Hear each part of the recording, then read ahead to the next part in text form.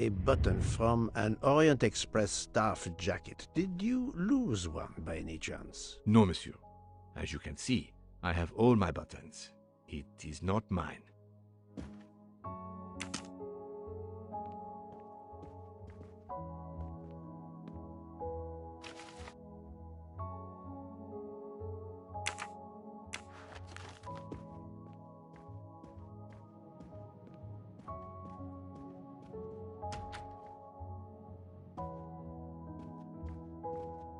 Let's see if Mrs. Hubbard was telling the truth about the latch of the connecting door.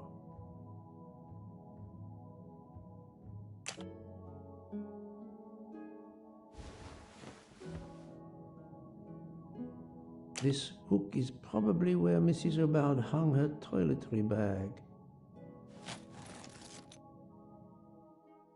I can see the latch very well from here, even with the toiletry bag attached. I'll have to clear that up with Mrs. Hubbard.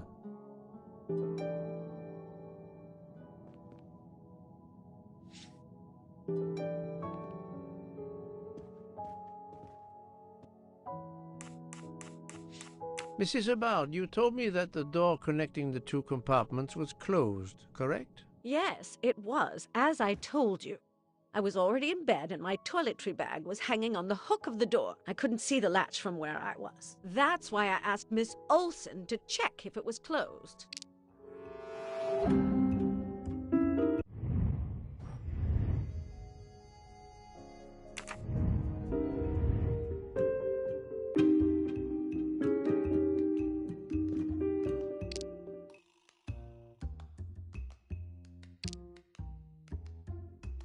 Are you sure everything you've told me is accurate, Madame Hubbard? Of course.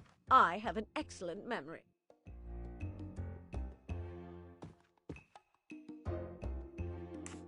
Mrs. Hubbard, I tested putting your toiletry bag on the door hook as you told me. From your bed, you can easily see the latch on the door. The toiletry bag does not hide the latch at all. Are you saying I'm lying? It may have been stuck somehow in a different position, or I may not have seen it in the darkness. Or I didn't think to look, you irritating man. Details matter, madame. A man has been most savagely murdered. You will excuse me if I attempt to separate the truth from the false. Forget my toiletry bag and focus on who entered my compartment. Probably after killing Mr. Ratchet. Madame Hubbard is a force to be reckoned with, but I suspect I'm not done with her.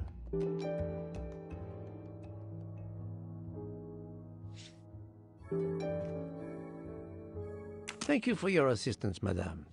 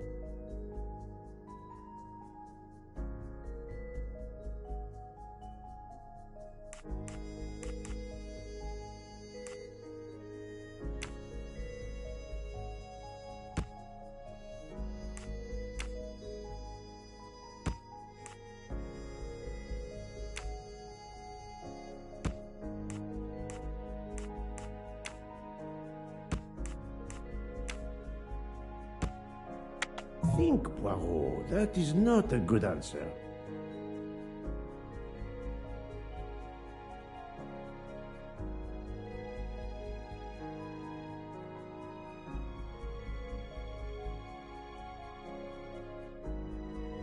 No, not good.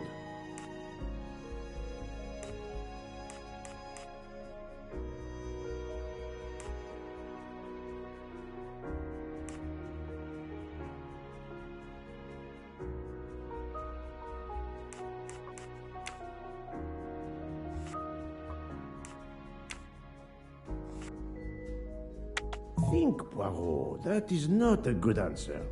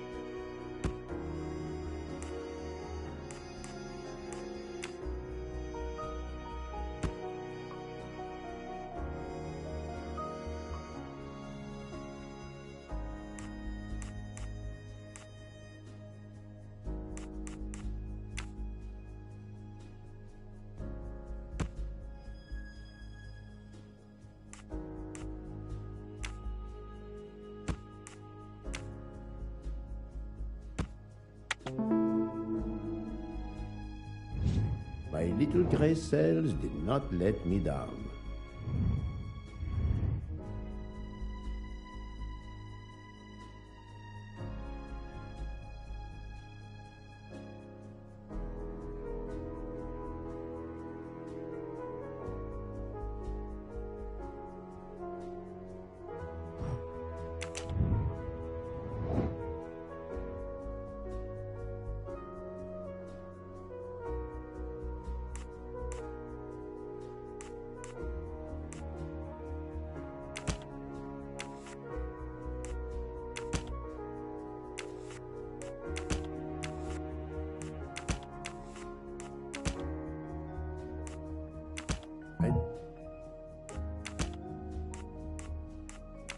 This is wrong, but I'm never far from...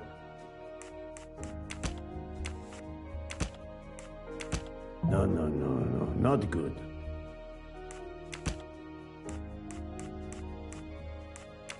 I do not think that's the right answer.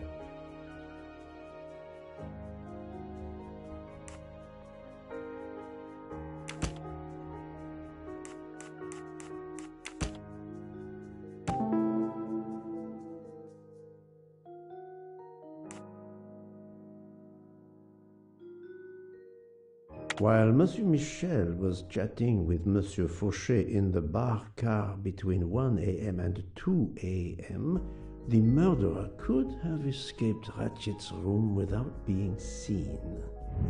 I'm right again. That happens to me a lot.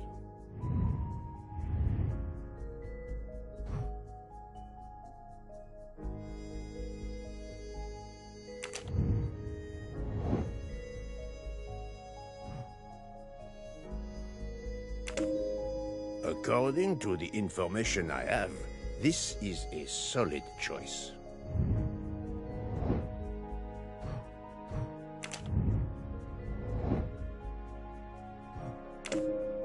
This is the most likely answer.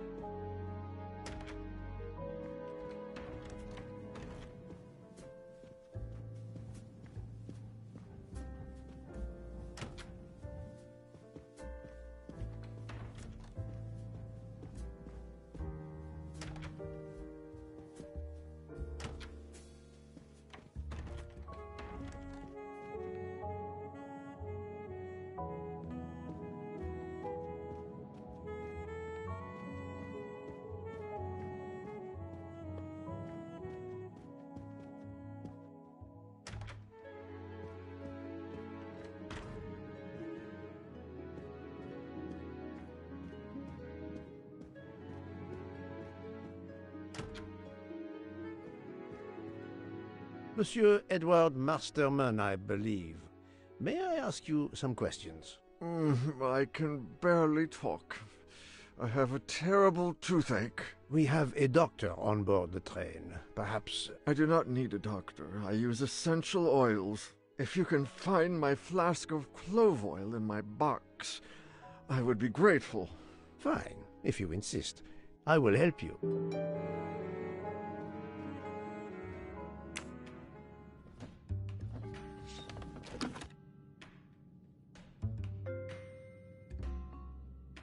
By the smell, I think that the jojoba oil spilled on the other bottles, leaving their labels illegible.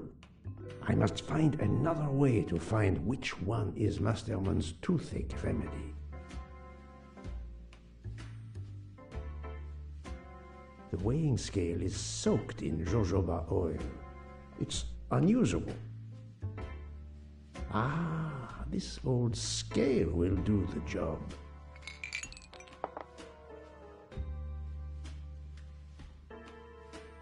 To start, I must first arrange the vials from the lightest to the heaviest.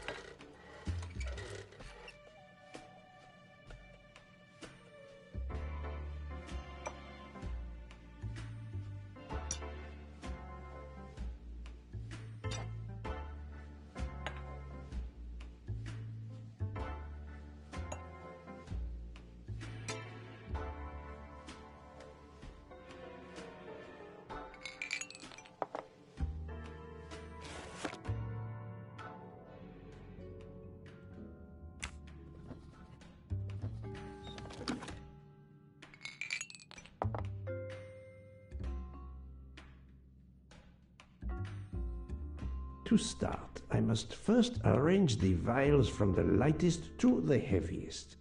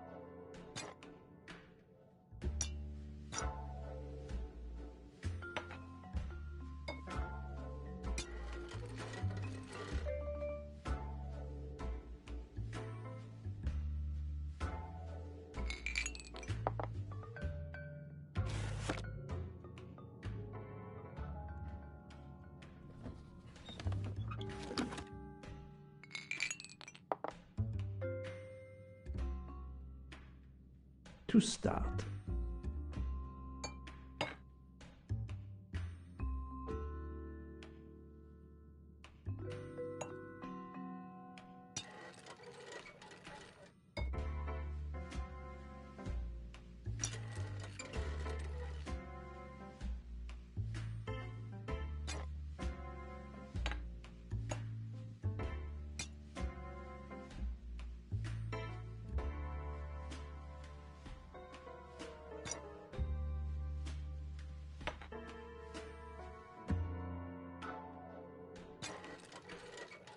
now that I know the order, I think that I can easily guess which one is the clove oil.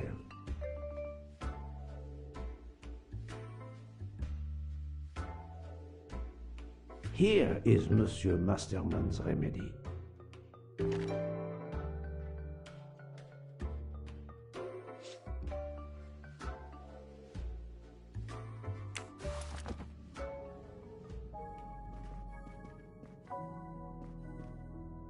Here is your remedy. I hope it will help. Thank you very much, sir.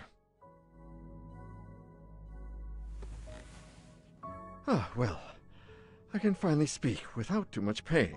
I'm ready to answer your questions. You are Monsieur Ratchet's valet? Yes, sir, that is correct. Were you told that your employer was murdered? Yes, sir. A very shocking occurrence.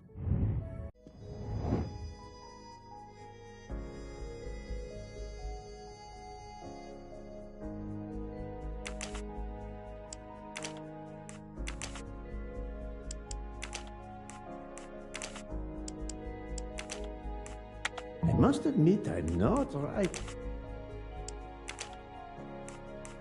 This is wrong. Think, Poirot. I must admit I'm not right.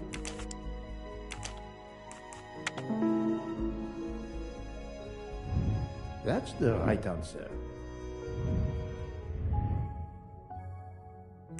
Are you a smoker? Yes, sir. I have a cigarette now and then to relax.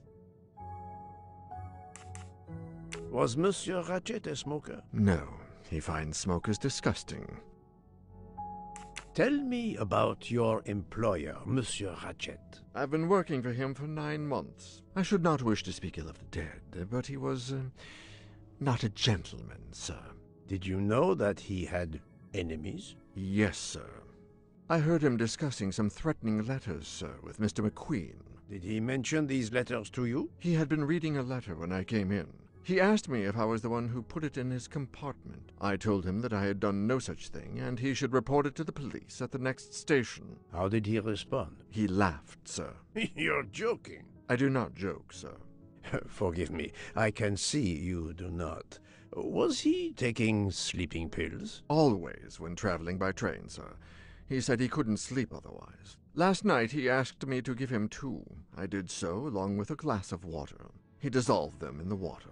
Did you see him drink the water? No, sir. I left right after I gave him the pills. At what hour did you last see Monsieur Ratchet? It must have been around 9 p.m., sir. That or a little after. I went to bed around 10:30 p.m., same as the person who shares my room, Mr. Foscarelli. He almost immediately began snoring. What did you do then? I read, sir, and I spent a while soothing my toothache with clove oil and listening to the snoring. Did you hear anything during the night? Yes, my roommate's snoring. Can you tell me again why you gave sleeping pills to Monsieur Ratchet? Yes, I gave him the pills because when he takes the train, he has trouble sleeping. The letter must have worried him. He specifically asked me to prepare the sleeping pills. I didn't see him drink the water with the pills in it.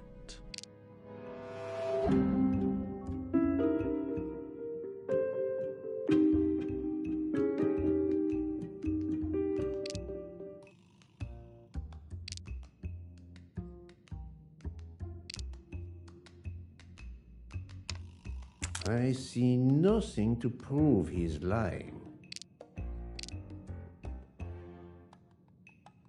Monsieur, I believe you are not telling me the truth. What? How can you say that?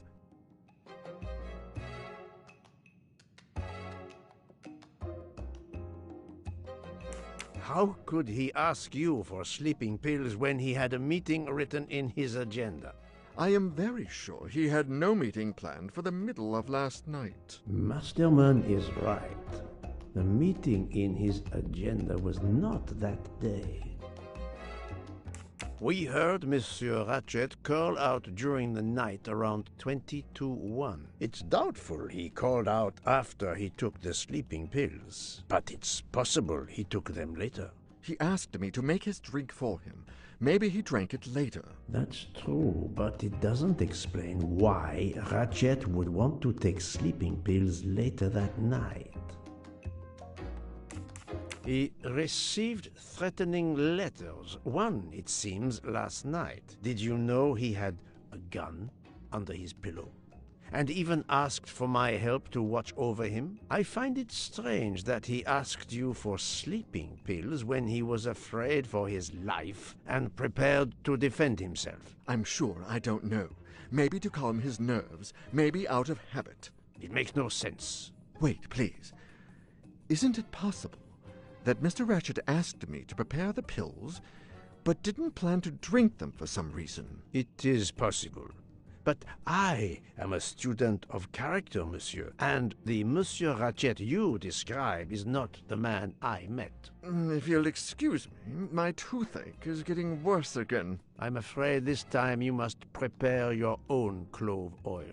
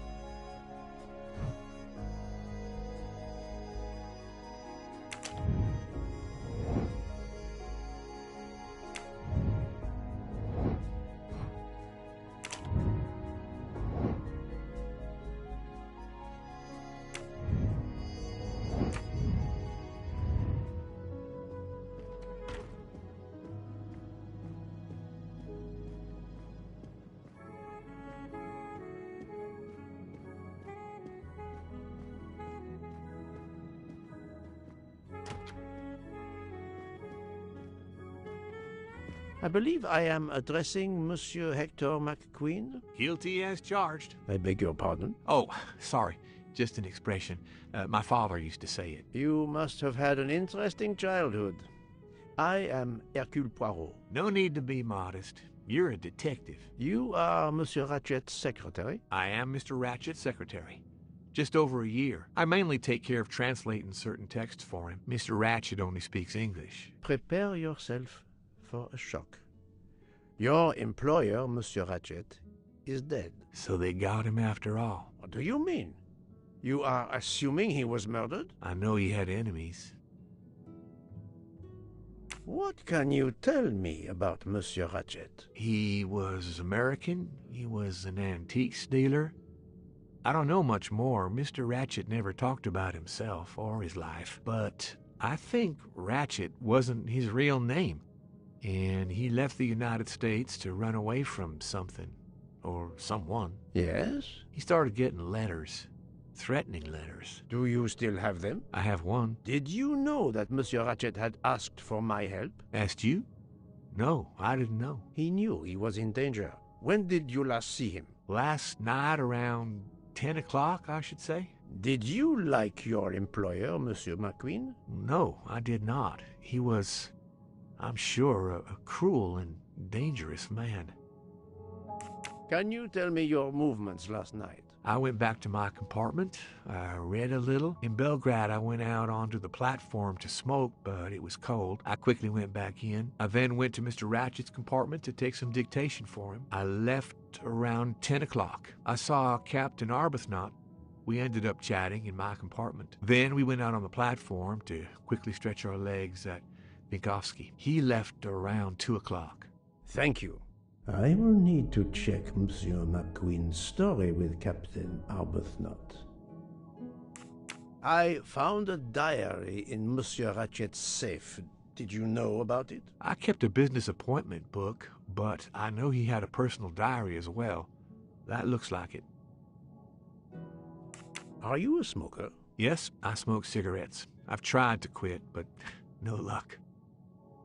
Can you give me this letter, please? Of course. Here it is.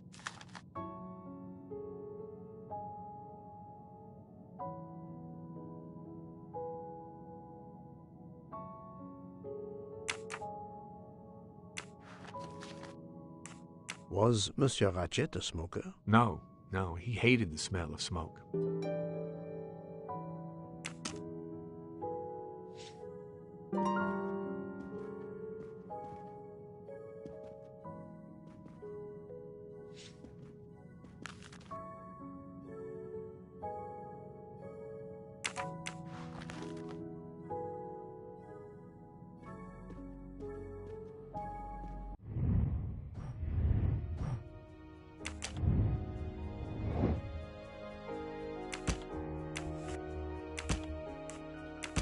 No, not good.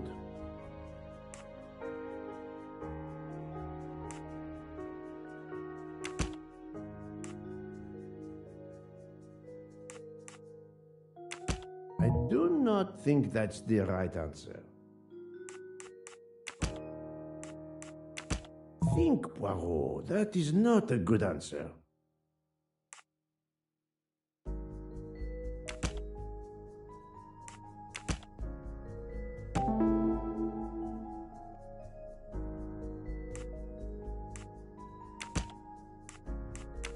This is wrong, but I'm never far from the truth.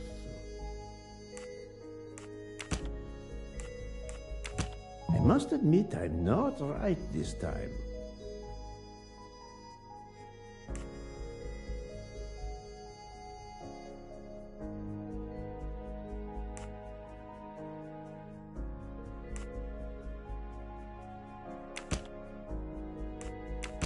No, not good.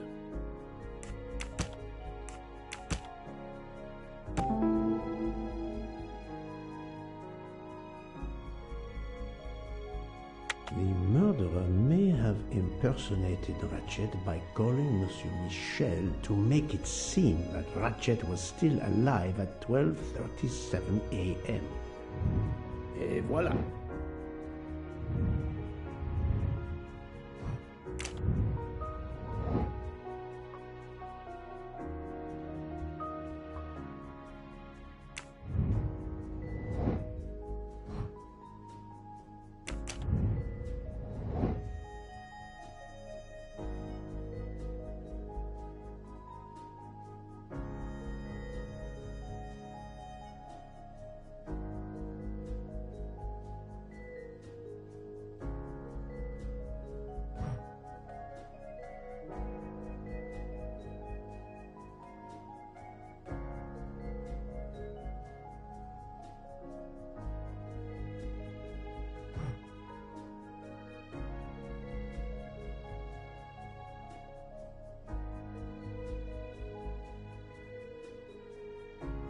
I must admit I'm not right this time. I'm right again. That happens to me a lot.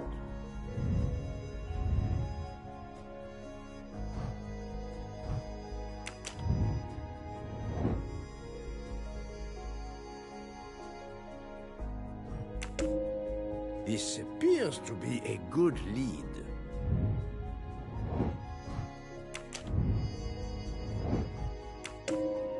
According to the information I have, this is a solid choice.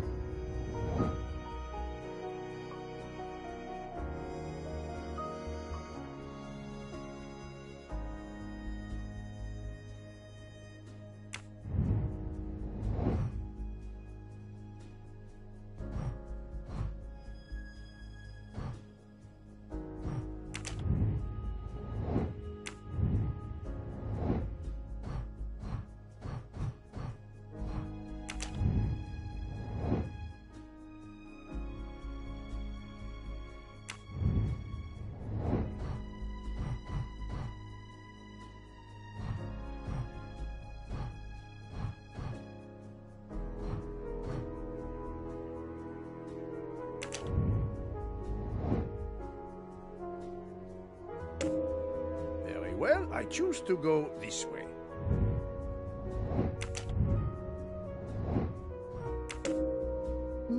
This direction looks promising.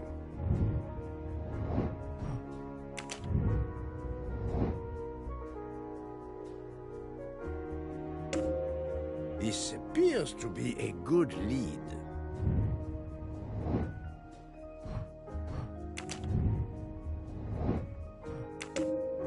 This is the most likely answer.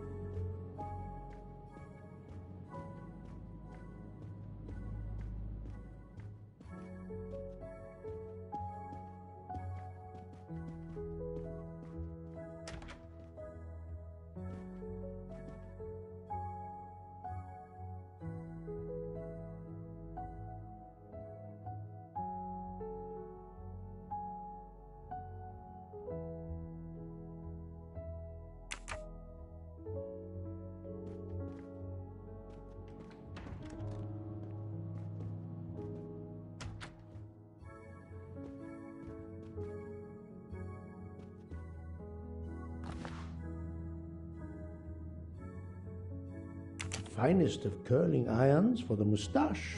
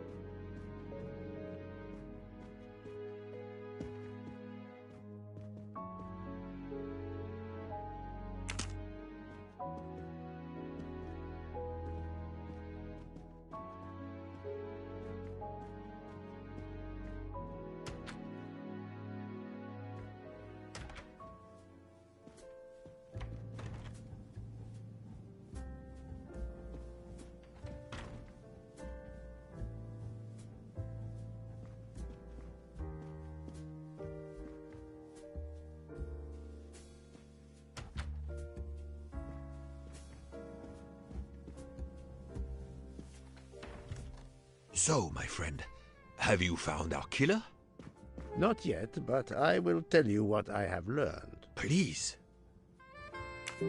Our assassin could have gotten on the train at Vinkovsky disguised as a conductor, entered Ratchet's room, and killed him. Then he walked out through Madame Hubbard's connecting door, where he lost a button from his jacket. He had to wait for Monsieur Michel to be absent. He waited too long. The train had left the station. He was trapped aboard. Indeed. He had opened the window to make it look that he'd escaped that way. However, if he waited till the train stopped again due to snow, his footprints would have been found. The murderer is still among us, on the train. There's a problem with the second-class toilets. What now? All morning passengers have been complaining that the door is locked, so I went to check. I knocked, but no one answered. I didn't think I should open it without speaking to you first. You did well, Monsieur Michel. Lead the way. I use my master key.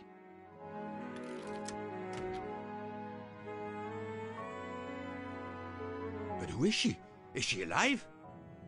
She is breathing. Then if she's dead, isn't she our murderer? That, my friend, is what we must find out.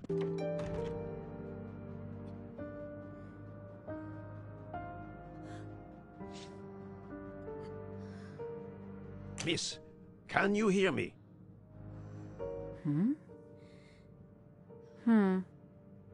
She's breathing. Her pulse is strong. There is no sign of physical violence. This woman is sleeping very soundly.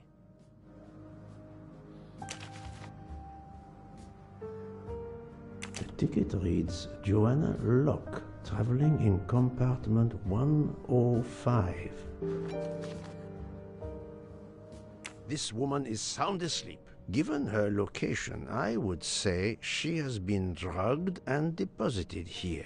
Well, at least it's not another murder on my train.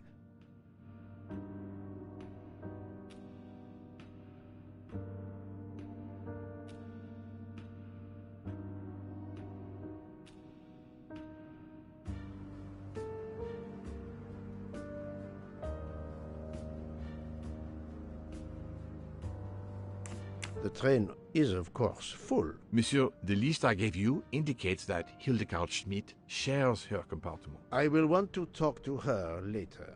For now, we will concentrate on this mysterious young lady. Let's return her to her more comfortable bed.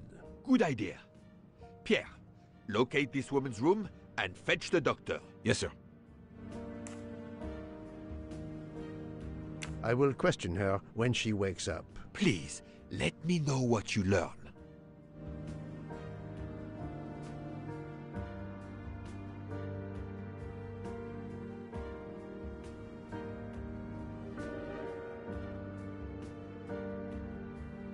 Mademoiselle Locke's compartment is 105. I suggest we return her to her more comfortable bed. Yes, hopefully she will awaken soon.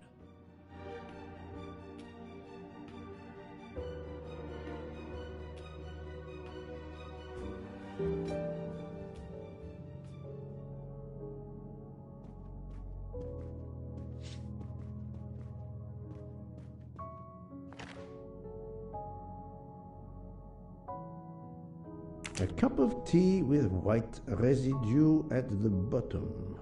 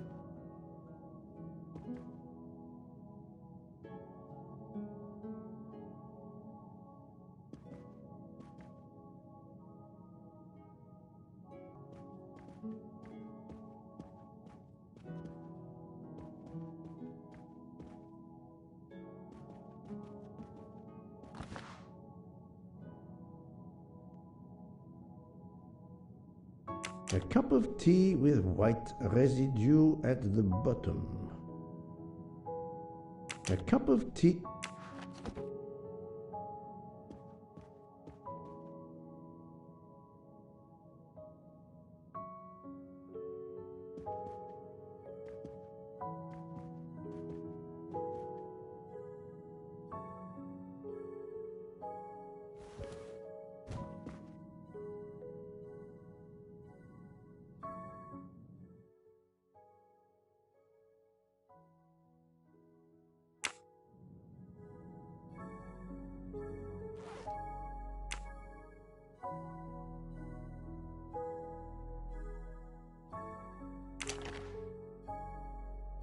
A briefcase and a wagon-lit conductor's jacket, and a button is missing.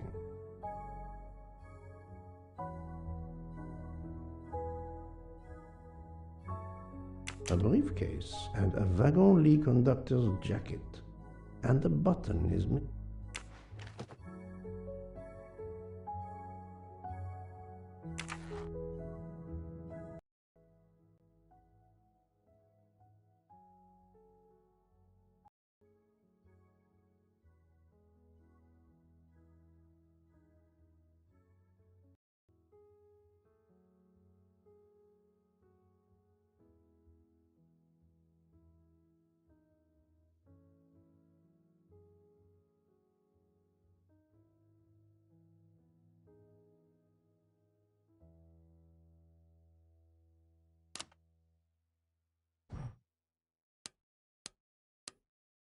We really need to find the combination.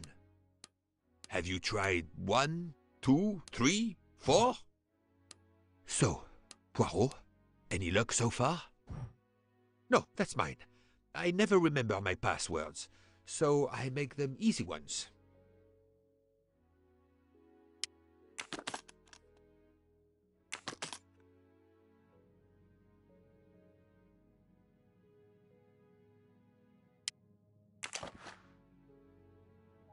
Her driver's license confirms her identity. She is American. These are fake IDs, it's certain.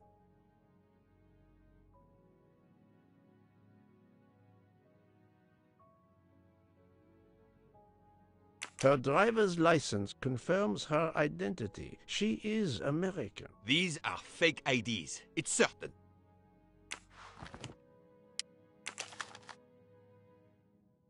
The stuffed animal is the same as in the photo found at the crime scene. What a coincidence. Mademoiselle Locke appears to have been investigating Monsieur Ratchet.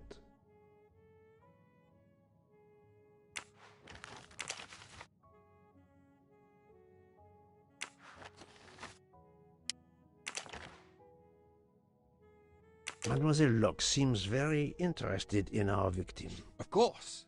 She has studied her target. Possibly.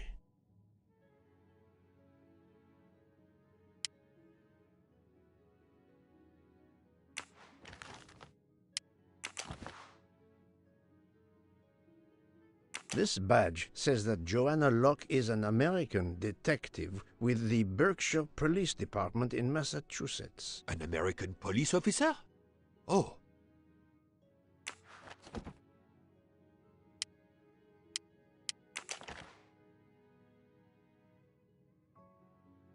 She has a gun. Come, Poirot. Criminals are often known to carry one. Ratchet was stabbed, not shot. But then why take it on the train? Look, she's waking up. Thanks to you, I would not be surprised if our murder victim were also waking up. What?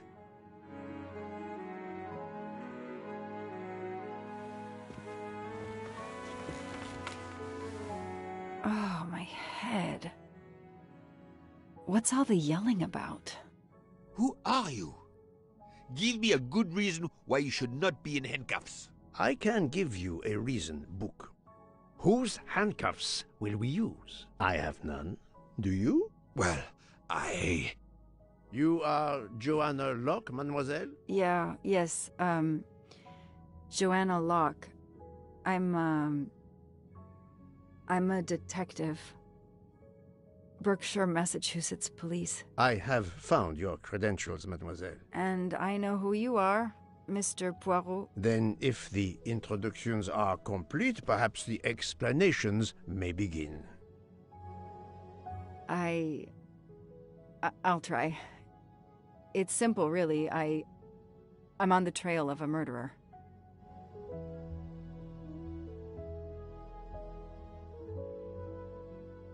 I had just been promoted to detective after 5 years on patrol. It was my first time on a major case. It had been a month since Daisy Armstrong was kidnapped. The Armstrongs were desperate for some sign of hope. I was there only for paperwork, to fill in some blanks.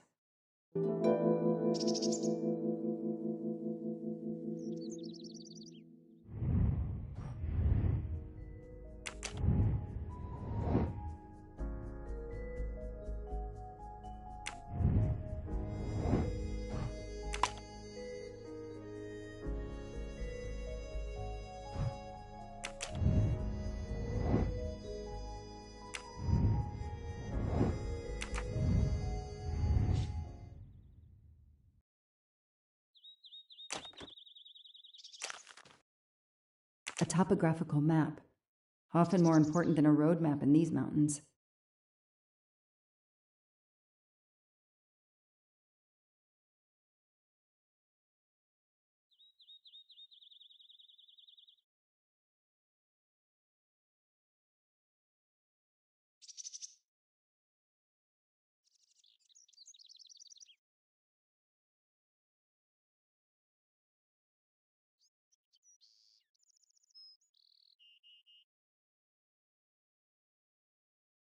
A topographical map. Often more important than a road map in these mountains.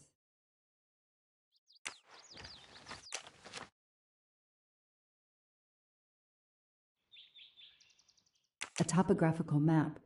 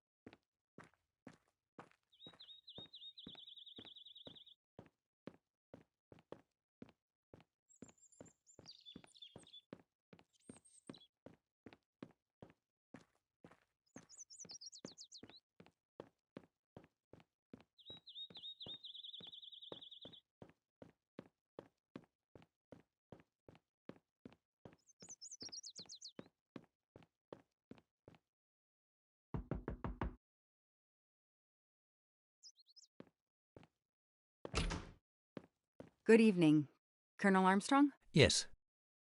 You're the detective they phoned about. Joanna Locke. I don't remember you. I'm newly assigned to the case. It's about time more detectives were involved. My wife, Sonia, she hasn't been herself. Every day is a waking nightmare for us. Tell me you've uncovered something new. I'm here to speak to your daughter's nanny. There was a computer problem. Her earlier statement has been lost. Oh, I see. We had hoped. Well, do as you wish. I won't be far if you need me.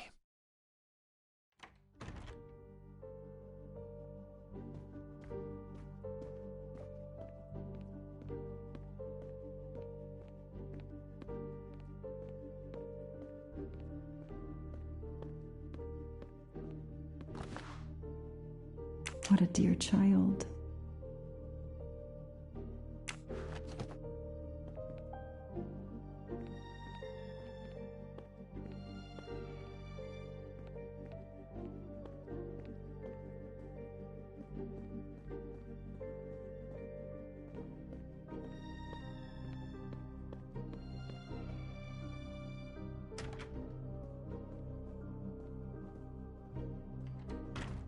A toy train.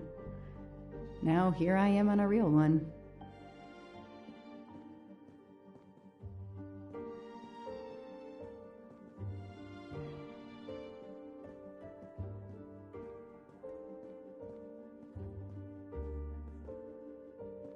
Lyon, in France. What a lovely looking city.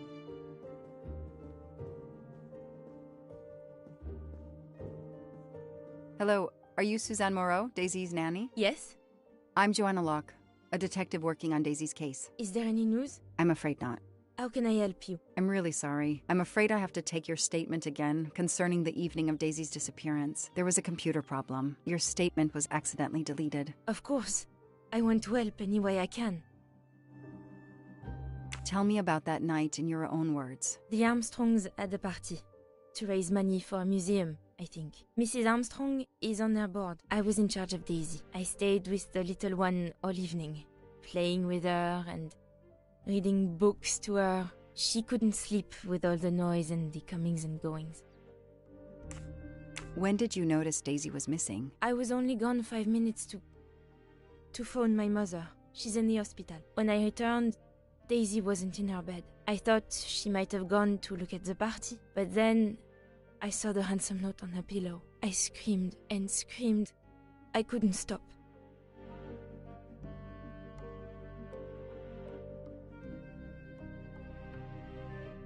Did you notice anything unusual before that? I was with Daisy all evening. Finally, she fell asleep. I didn't see anyone else or notice anything in particular. Do you have any idea who did this? No! I can't see who could have done such a horrible thing. The Armstrongs are such good people. Like my own family. Thank you for giving me your statement again. I'll get back to you if I have any questions. I won't be far. Okay, I have Suzanne's statement, but her answers need some checking.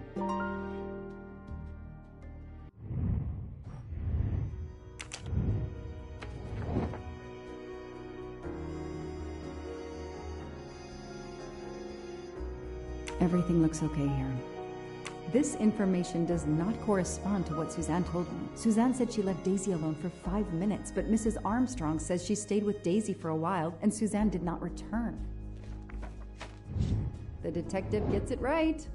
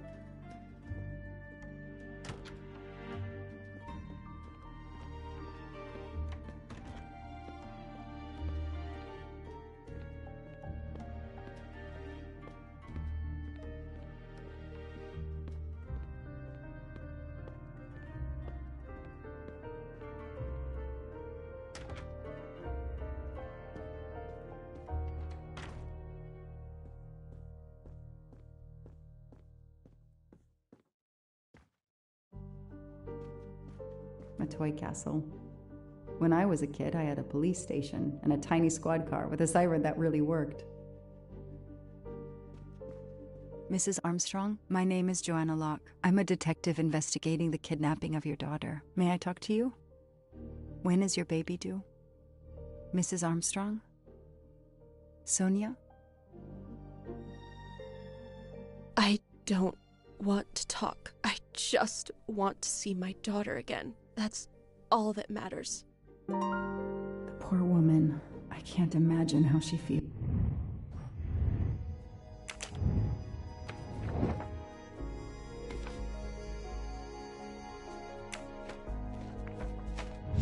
Score. 1 for the good guys. Mrs. Armstrong? Let me show you this. Daisy, my little Daisy. I miss her so much. How good it is to see her face. I can't imagine the pain you're feeling right now. She loved her little stuffed animal, Fluffy. She took him everywhere with her. The kidnappers took it as well. They didn't have to. That means they wouldn't hurt her, doesn't it? Every lead will be followed up. You have my word on that. Thank you. I shouldn't lose hope. Somehow. I know it isn't my case, but I just made a promise, and I mean to keep it. Do you know where I can find Miss Moreau? She's in her room. Last door on the left. Tell me about the night Daisy was taken, especially anything about your daughter and Suzanne Moreau. Apart from seeing to our guests, I took a moment to check on Suzanne and Daisy in Daisy's room. Suzanne wasn't there, but Daisy was asleep. I sat with her for 10 minutes or so. Suzanne didn't return while I was there, but there's no reason for her to sit there all night when Daisy is asleep. I went back downstairs.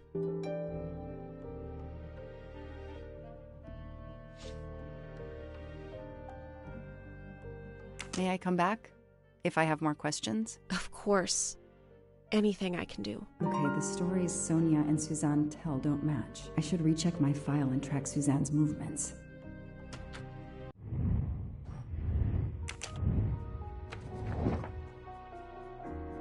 Everything looks okay here. Nothing shocks me here. Everything looks okay. That is not exactly what Suzanne told me earlier. Suzanne was on the phone more than 5 minutes. The detective gets it right.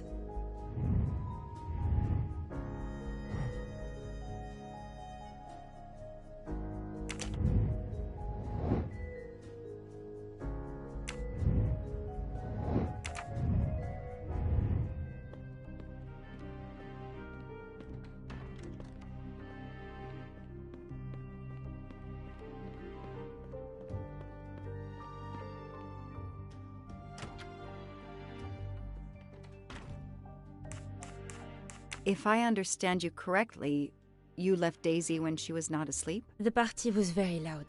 Daisy was too wound up to sleep. I read her a Motley Mule detective story to try and put her to sleep. Daisy finally fell asleep.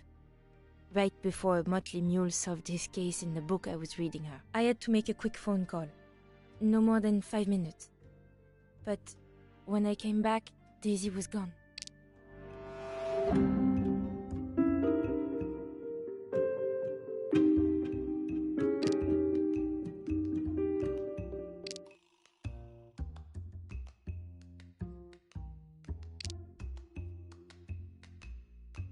Are you sure you were only gone for 5 minutes? 5, 6, what does it matter? It was very quick. You say you were only away 5 or 6 minutes, but Mrs. Armstrong says she was alone there more like 10 minutes. And the phone record shows that you stayed on the call for more than 30 minutes, way longer than you said. My mother is extremely ill. It's difficult for me. I may have lost track of time. When I came back, Daisy had disappeared. It must have been a coincidence. You have to be precise, Suzanne.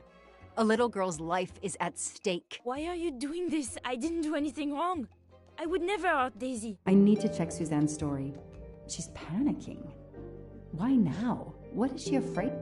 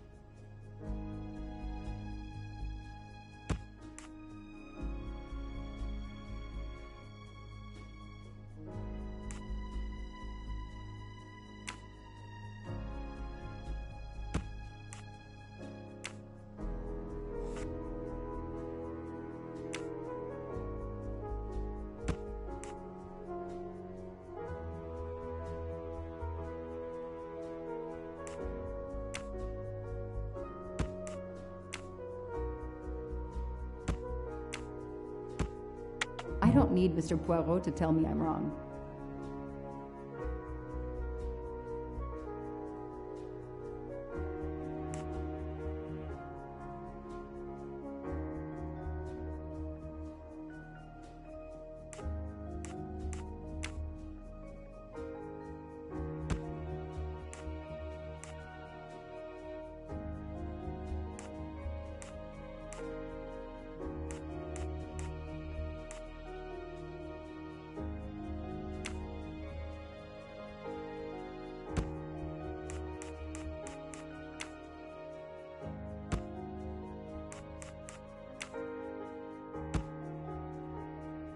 Come on, Joanna.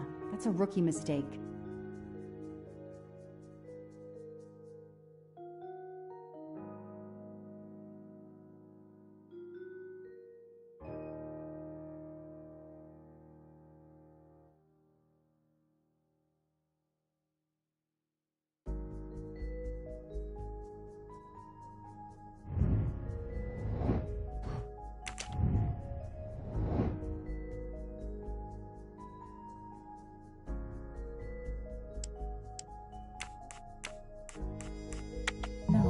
I did something wrong.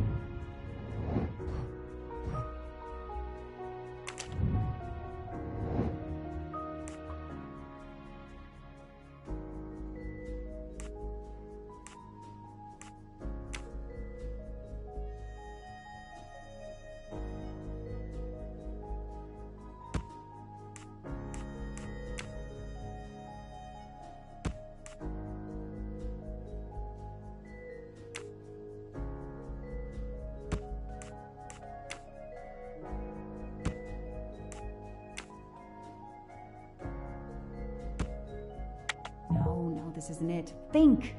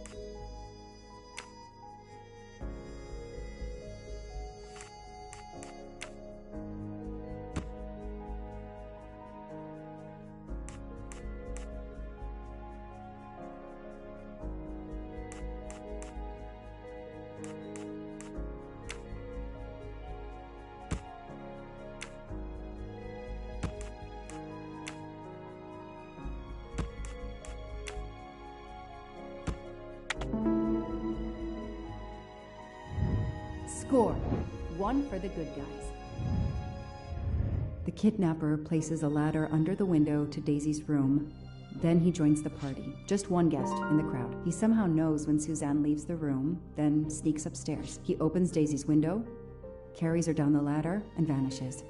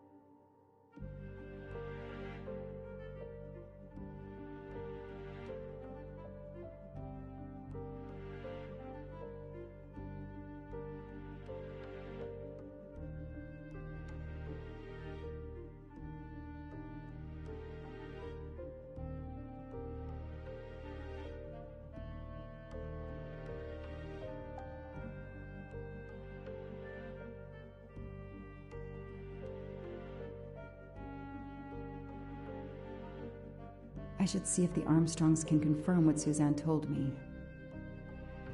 Lyon, in France. What a lovely looking city.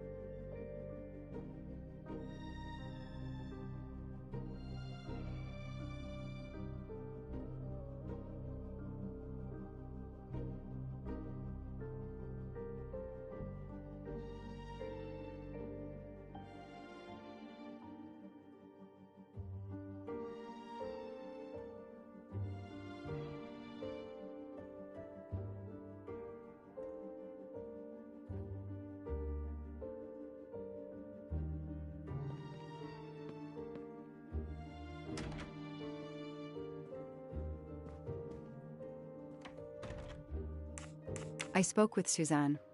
She was phoning her mother. That's why you didn't see her when you went to check on Daisy. Yes, her mother. I tried to call the poor woman earlier that week, but the hospital said she's been in a medically induced coma for more than 2 months. Suzanne told me she called her mother, but she would have known her mother was in a coma.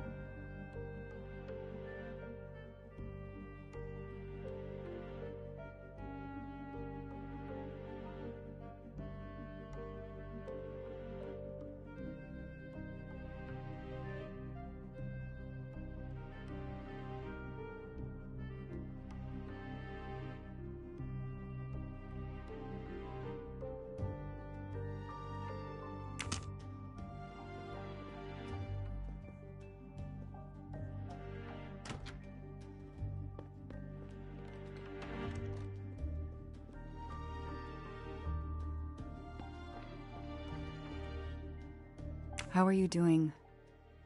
Are you holding up? You know, in the military, you're supposed to have the stiffest of upper lips. The Desert War taught me that soon enough. But this, it's difficult. Damned difficult. Harder on my good lady, of course.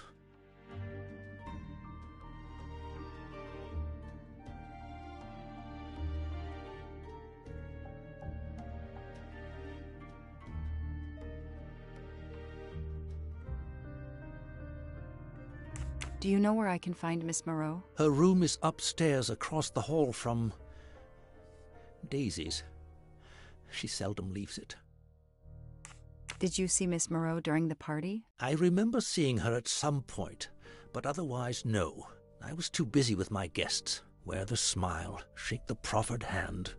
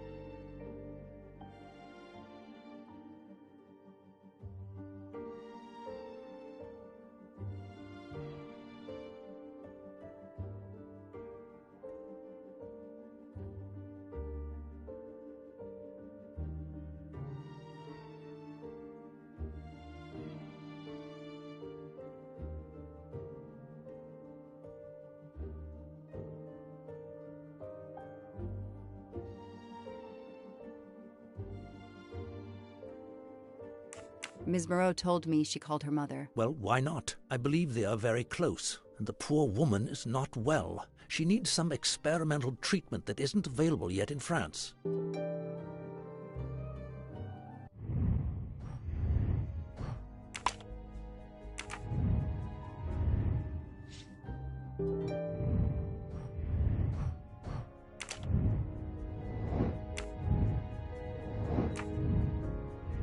I won't be long. Take whatever time you need.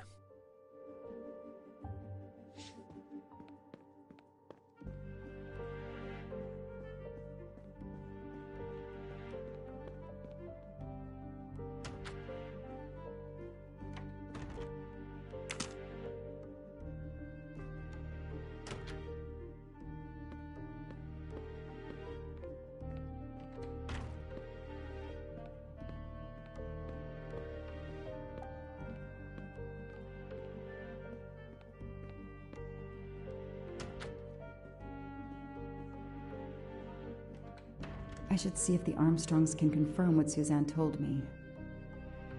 I should see if the Armstrongs can confirm what Suzanne told me.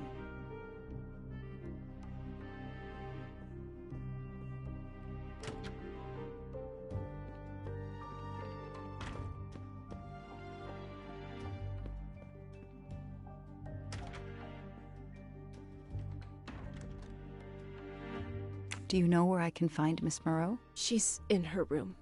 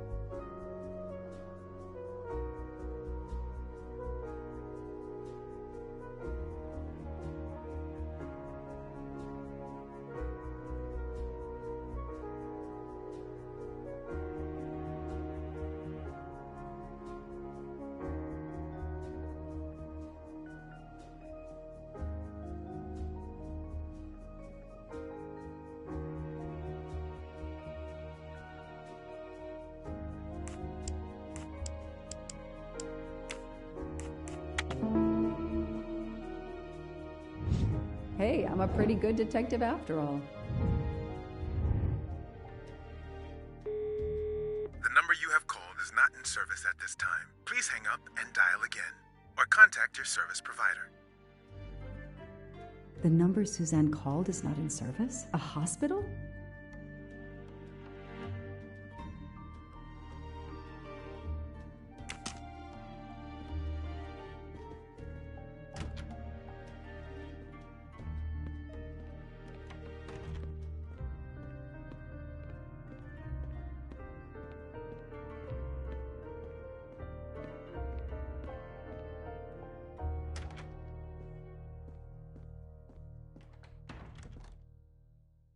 The number you called that night is no longer in service.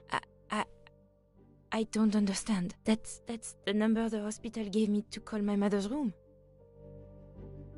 You told me you were on the phone with your mother when Daisy was abducted. As we said earlier, I didn't pay attention and was on the phone longer than I said. But since my mother is very ill, she had to leave her hometown, Lyon, because the treatment is not approved yet in France. She is in an hospital in Boston for a special treatment. I call her every night to check on her. When I came back, Daisy was gone. I'll never forgive myself.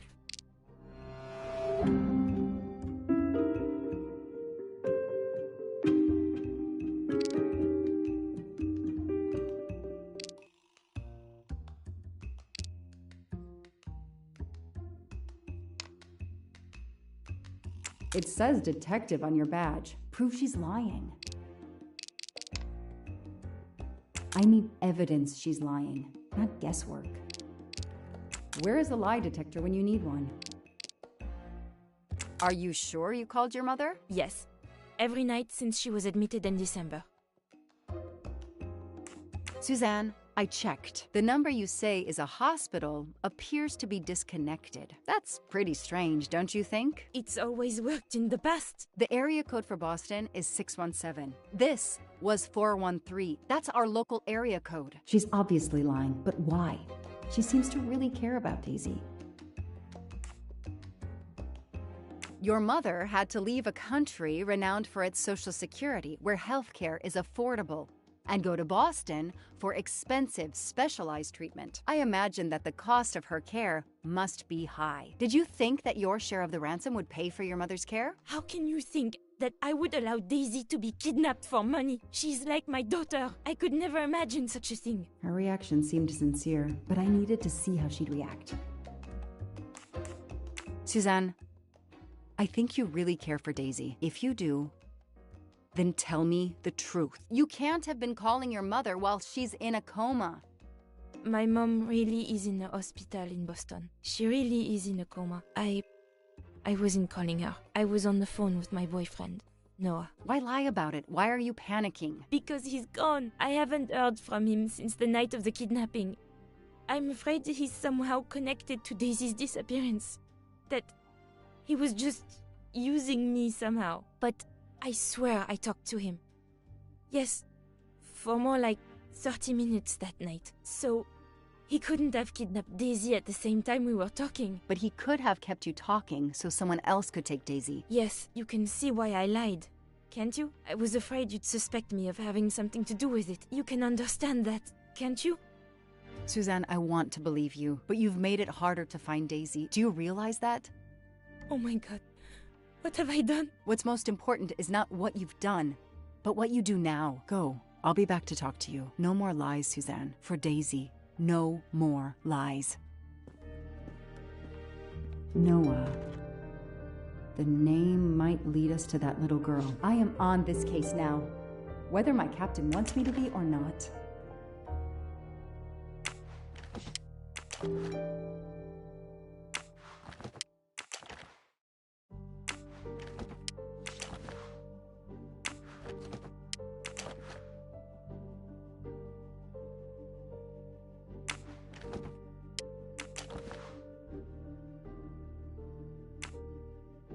A locked diary? Let's see if I can shine some light on its secrets. A locked diary?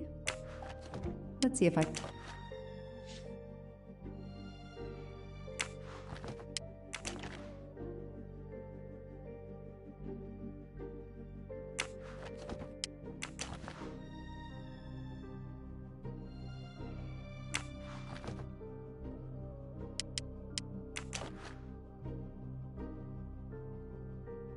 A locked diary? Let's see if I can shine some light on its secrets.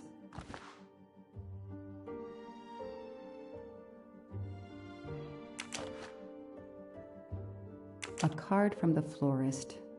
It's signed N.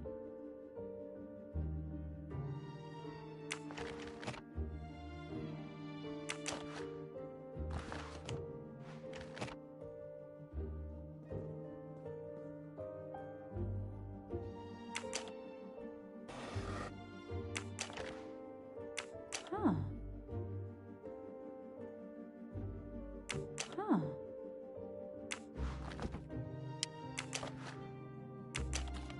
What's in the glass case? Oh, big surprise. Glasses.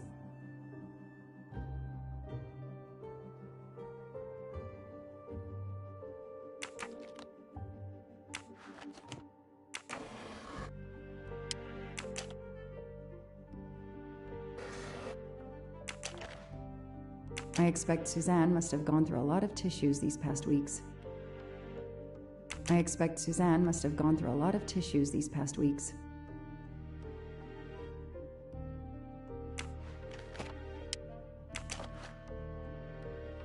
An Eiffel Tower keychain, but no key.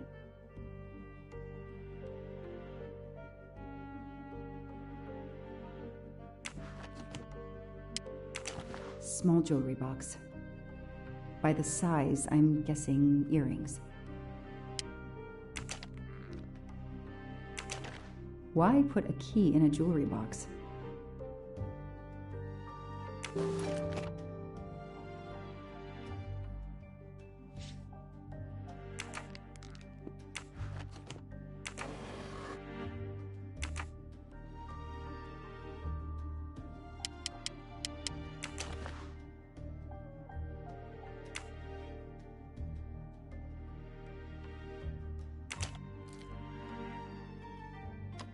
That doesn't work.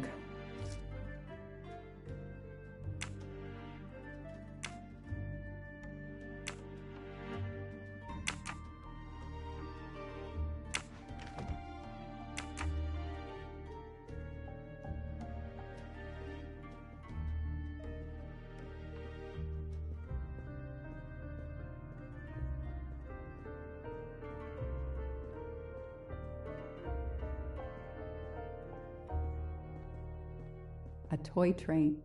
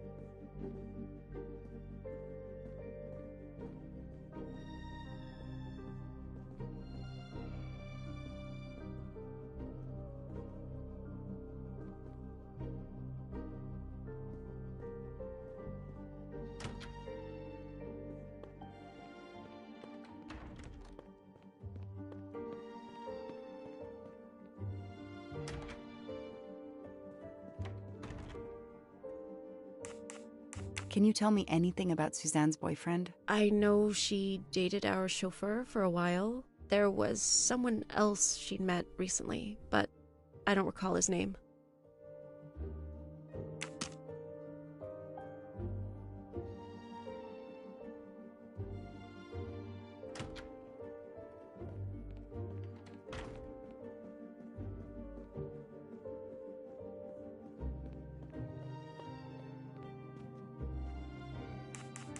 Know anything about Miss Moreau's boyfriend? Her boyfriend?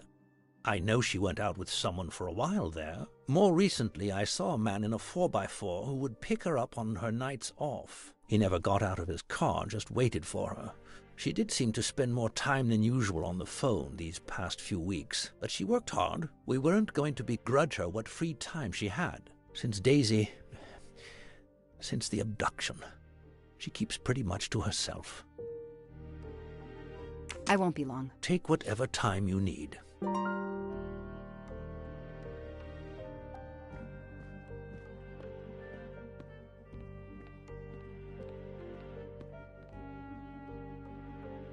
Any idea what this small key unlocks? No, I found it one day on the floor.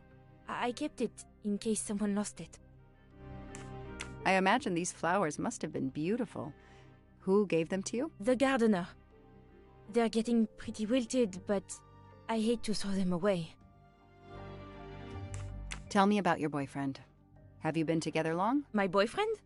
Why? He doesn't have anything to do with this. Please, Suzanne, the sooner you answer my question, the sooner we'll be done. His name is Noah Garrity. I met him at a Lunar New Year party in Great Barrington. He is a kind and caring person, although, well, I miss him. He had to go away on business. He should be back.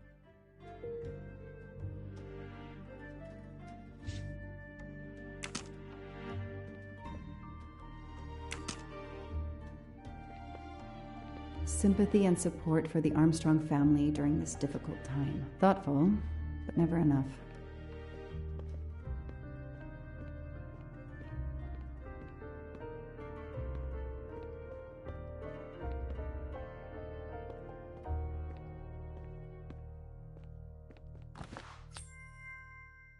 Shiny facial hair. The good news is that it's gold. Their fairy tale became a nightmare.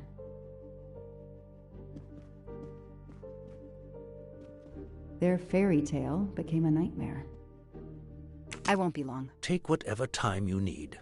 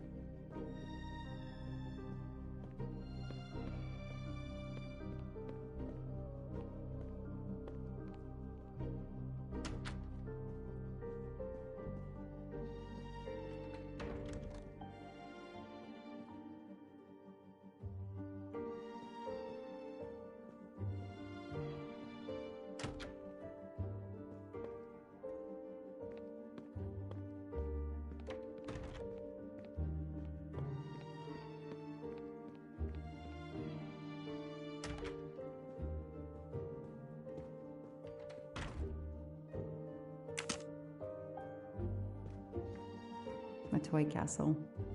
When I was a kid, I had a police station and a gold mustache. Thank you very much.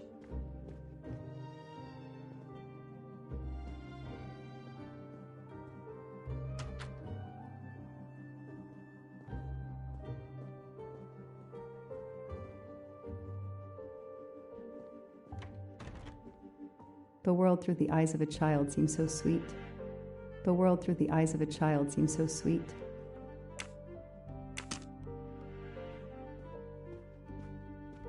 A toy castle.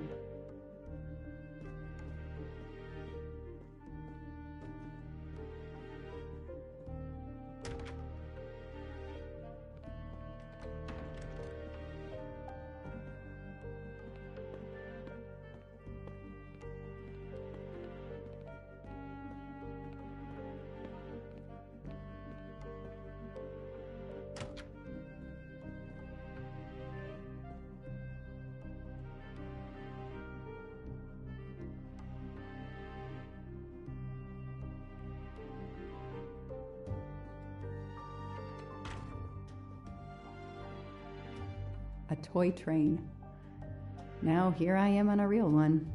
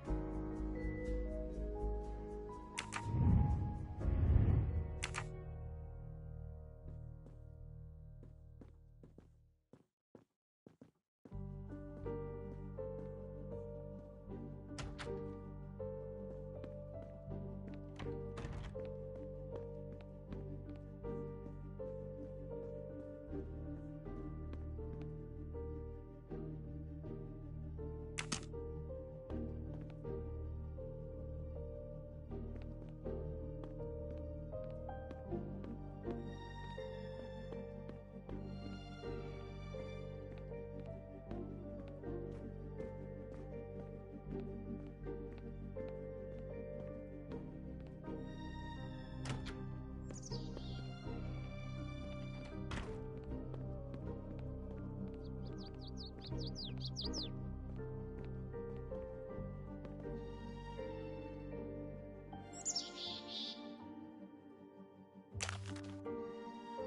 topographical map, often more important than a...